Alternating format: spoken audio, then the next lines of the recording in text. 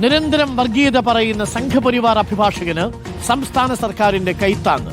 Vazhikkadavu panchayat standing council സ്ഥാനത്ത് നിന്ന് R കൃഷ്ണരാജിനെ മാറ്റിയ ഭരണസമിതി തീരുമാനം തദ്ദേശ വകുപ്പ് സ്റ്റേ ചെയ്തു. ഉത്തരവിന്റെ പകർപ്പ് റിപ്പോർട്ടർ പുറത്തുവിടുന്നു. തദ്ദേശ വകുപ്പിന്റെ സ്റ്റേ വന്നതോടെ ആർ കൃഷ്ണരാജിന് പഞ്ചായത്തിന്റെ ഹൈക്കോടതിയിലെ സ്റ്റാൻഡിംഗ് കൌൺസിലായി തുടരാം. എനിക്ക് RSSകാരോടും എന്നെ വെല്ലുവിളിച്ചവരോടും പറയാനുള്ളത്, നിങ്ങളെ നേരിട്ട് അറിയാത്ത ആളുമല്ല ആരെ RSS. ഈ പറയുന്ന RSSകാർക്ക് അറിയില്ലെങ്കിൽ പഴയ RSSകാരോട് ചോദിക്കണം. അന്ന്